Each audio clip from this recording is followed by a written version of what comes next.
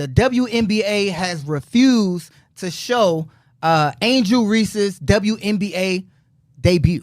What do you mean refused to show? They refused to. It didn't air anywhere. But a fan aired it. They live streamed it on their phone, and the live stream got 2 million views. 2 million? Over 2 million views. So why is it not being aired? I don't know, but if 2 million people was watching that channel, there was some money to be made. Hold on. Ken, we talking to everybody at Big Play right now. Uh-oh. This is opportunity for us. Let's scramble our money together. The fact that somebody could record her or watch her live stream play on their phone and got 2 million viewers. 2 million. Do you know how much advertising dollars that would be? I feel like Big Play should buy the rights to air the game since nobody else want to do. Get your piggy bank. Let's go. The most special player in women's college basketball. She has something that no one else has. Her ability to shoot from deep while facilitating at an elite level is extremely rare. Caitlin is a player who already knows how to win at a high level, and she also knows what it feels like to come up short.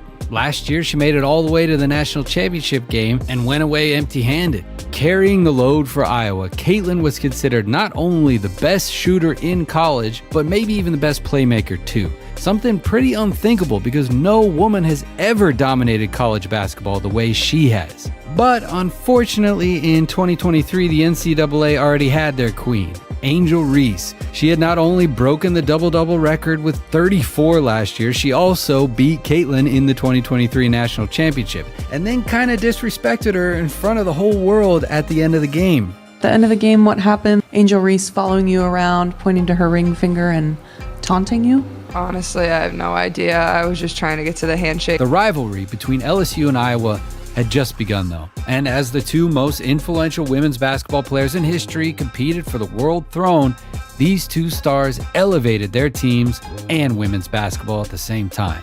However, in 2024, something changed. Caitlin seemed like she wanted blood and had an awful taste in her mouth left over from the last game she played in 2023, so she just basically dominated the whole season. She broke Pistol Pete's all-time scoring record.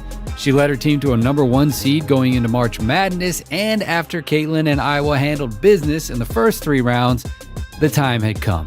Her rematch versus LSU was one of the biggest NCAA games ever. The game had more viewership than the 2023 NBA Finals.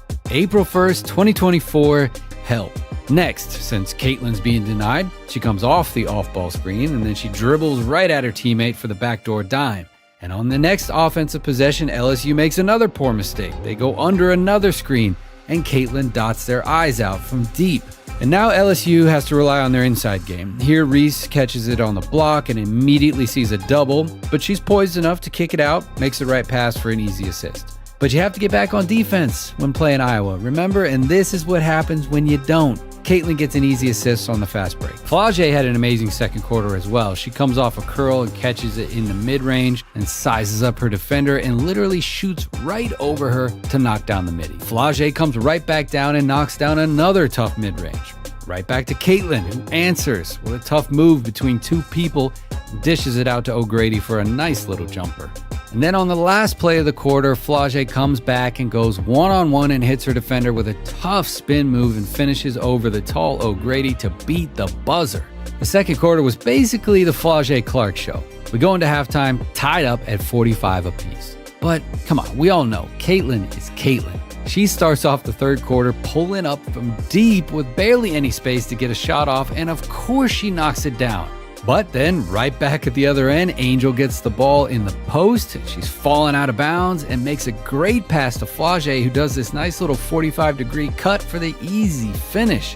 And then Caitlin started to become unstoppable. She comes off a screen, going to her left and behind her back. But LSU aren't done though, and Angel responds to stop the bleeding with a tough move through 2 people. She does miss, but Flau'jae's there for the putback. But then back to Caitlin as she curls off a screen, catches, and then pulls into a step-back 3 and drains it yet again. Angel did finish with 17 points and 20 rebounds, which is an amazing performance as well, but you can't expect to put Caitlin out in the championship, celebrate in her face, and not have her come back and take revenge. Now, even though it was all love, it was still a sign of disrespect, and Caitlin Clark does not forget. Of course, no matter what, both girls are amazing players who can hopefully have an amazing impact in the WNBA the same way they did for women's college basketball. And that's it for this one. I hope you enjoyed it.